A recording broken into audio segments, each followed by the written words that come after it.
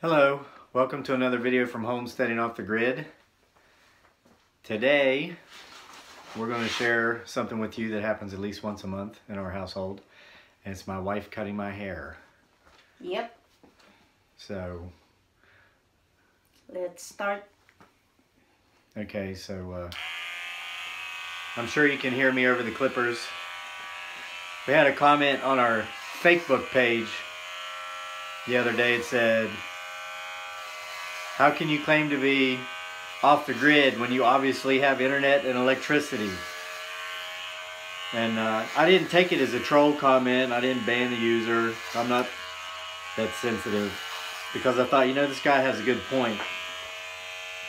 Because I guess if we were off the grid, we wouldn't have electricity, we wouldn't have internet. Alright, so I'm going to address this comment, and that's part of why we're sharing this video with you. If I were to more aptly or more appropriately name our page, I would probably, or our YouTube channel here, and by the way, please subscribe, I would probably rename it Homesteading Off the Matrix.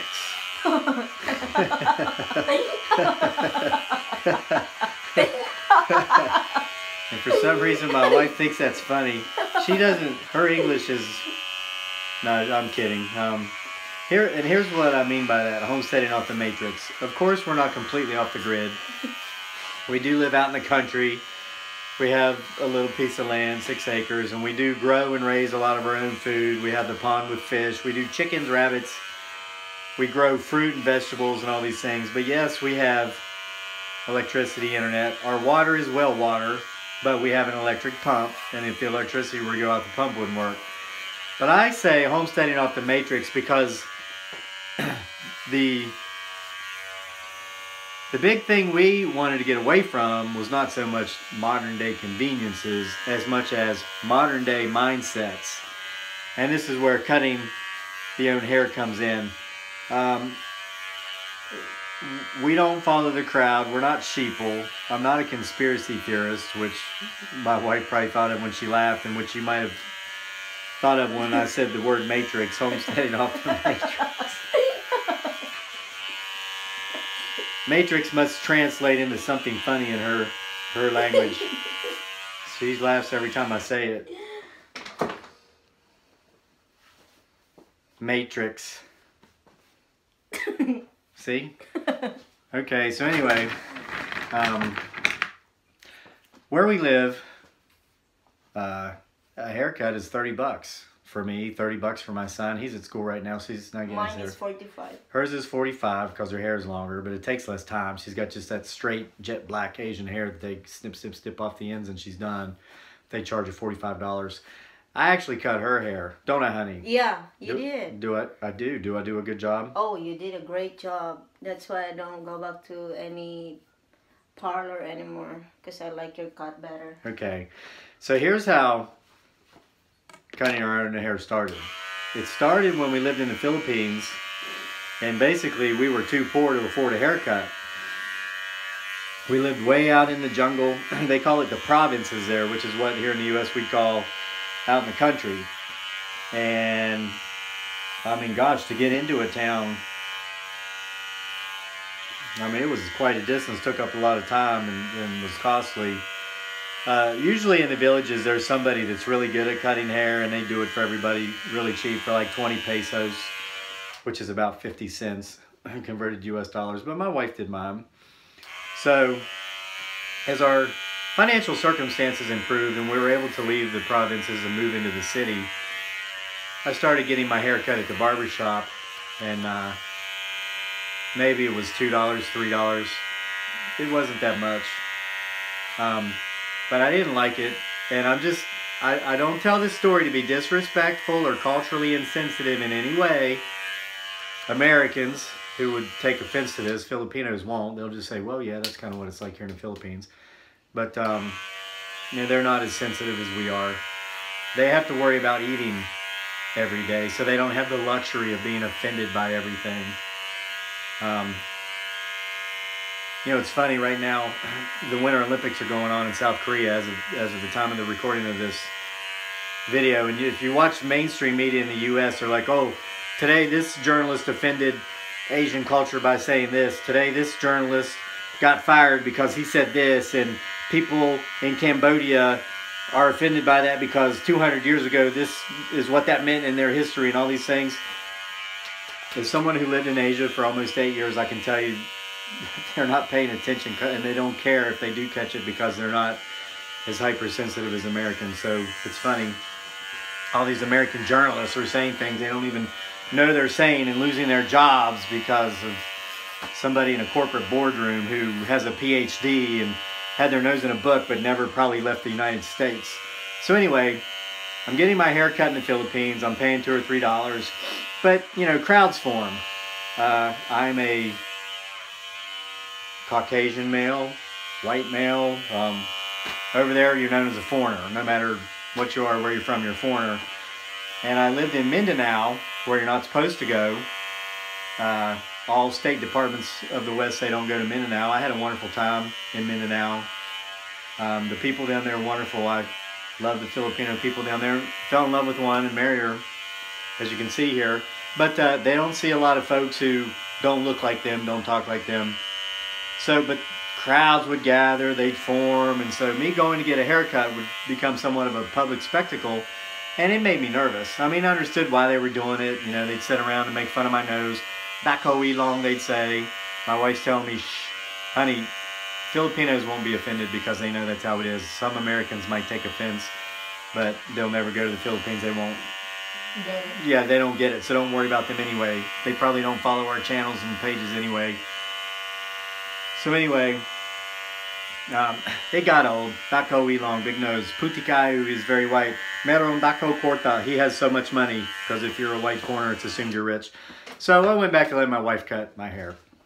Now, we moved to the U.S. a year and a half ago. Me coming back for the first time in many, many years. My wife and our son for the first time ever. So I say, hey, this is great, honey. We can get our hair cut here. People aren't going to, like, you know, be inappropriate. So we go to get our hair cut.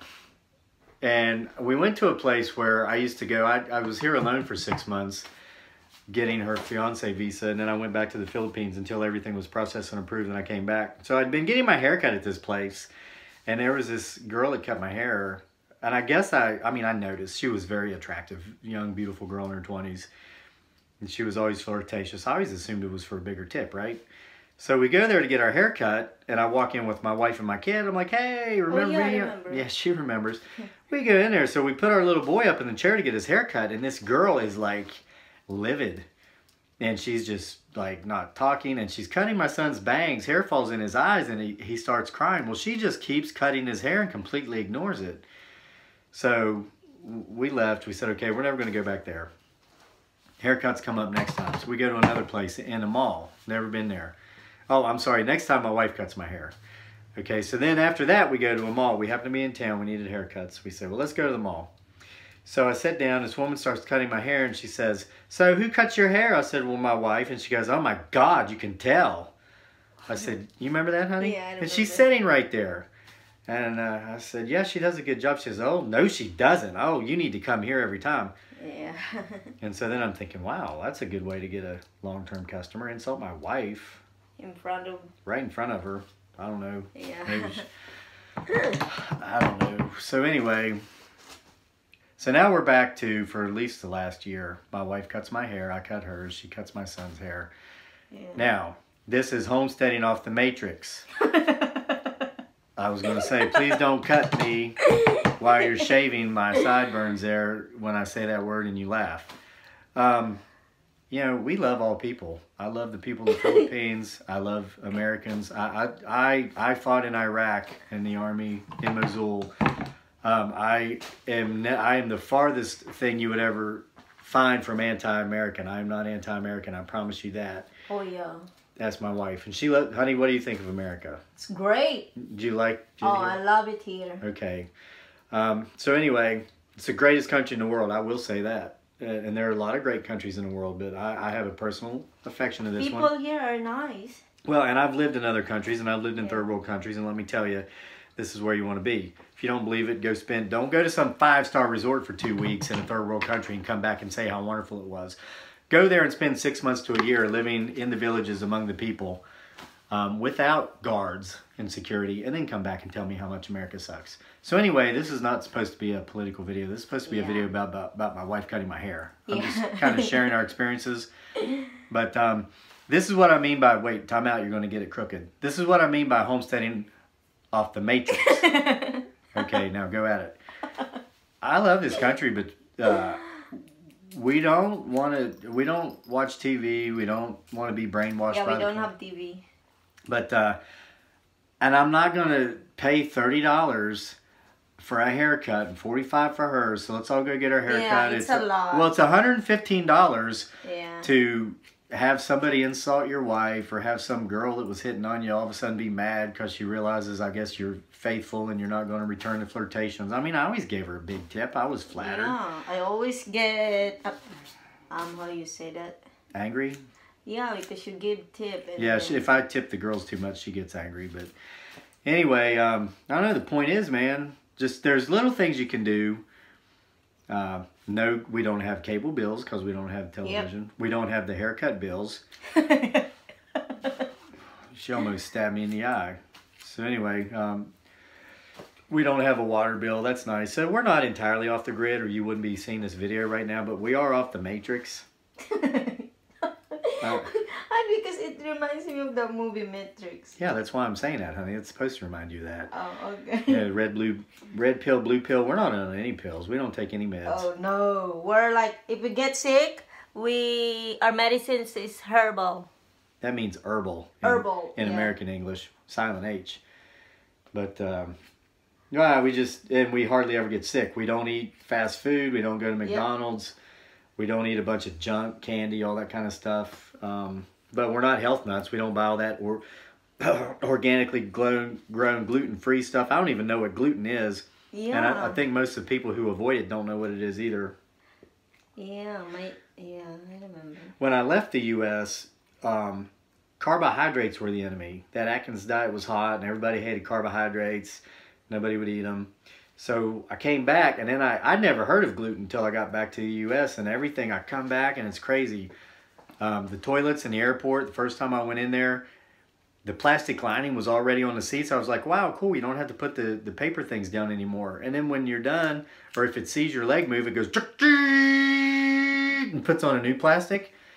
They didn't have that when I left. But then they didn't have this gluten stuff either when I left. Everything is like, this is gluten-free. Gluten-free is that.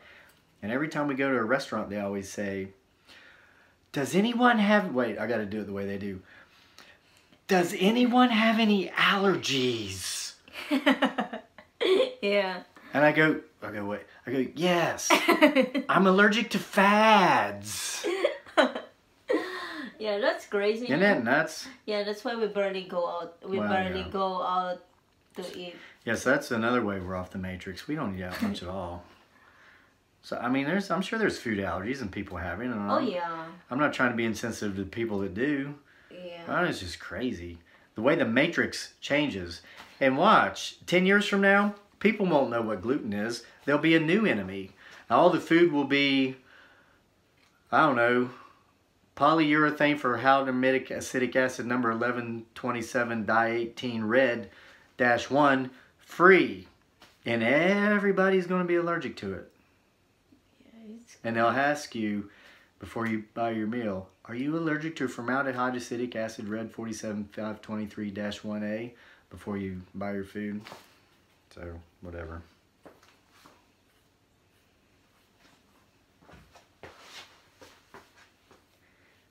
We're almost done. Yeah, so you get the point here. And see, my wife, regardless of what that woman down there at the mall says, I think does a wonderful job cutting my hair. This saves $30. It's another way to bond with your spouse. You know, killing your television if you have one's another good way to make that happen too. And, but I mean, this saves $30. What are you doing? I didn't even say Matrix. So after she's done with mine, I'm going to cut hers. Yep. But we're probably not going to record that because that just takes 2 minutes. She leans forward and gets it all straight, and I go snip, snip, snip. Yeah, it's so easy. So this video killed 2 birds with 1 stone. Showed you my wife cutting my hair, how much money we saved doing it, and answered that comment about, no, we're not really off the grid, but we are off the matrix. So I changed the name of our page and everything to Homesteading Off the Matrix, but Facebook won't let you once you have more than 200 fans. We got like 47 or 48,000. So anyway, we're going to go ahead and end this here. So I think it's done. yeah, it's kind of done anyway. Look at that. She did a good job, didn't she? Yeah, Look at that. I mean, she did the best she could do with what she had to work with. Yeah. There's nothing she could do with the face, but she did a pretty good job with the hair. What do you think? Do you like it? Of course I like it, honey.